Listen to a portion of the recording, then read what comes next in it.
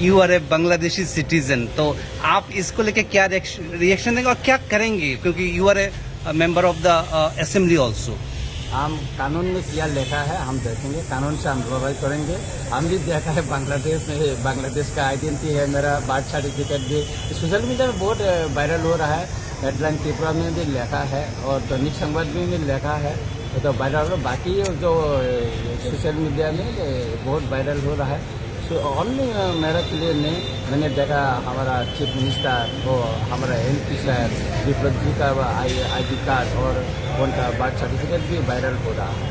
हम कानून में क्या है, हम कानून से लड़ाई करेंगे और वो जो हमारे असेंबली का जो प्रिविलेज कमिटी है हम वहाँ में कम्प्लेन करेंगे और जल्दी जल्दी एक्शन के लिए हम স্যার এটা কি ফেক নাকি এটা সম্পূর্ণ ফেক। আপনারা বলুন, আমার এখানে তো মানে কি বলবো, আমার দাদুর থেকে তো এখানে আপনারা তো বলেন না আমি কি বাংলাদেশি এখানে।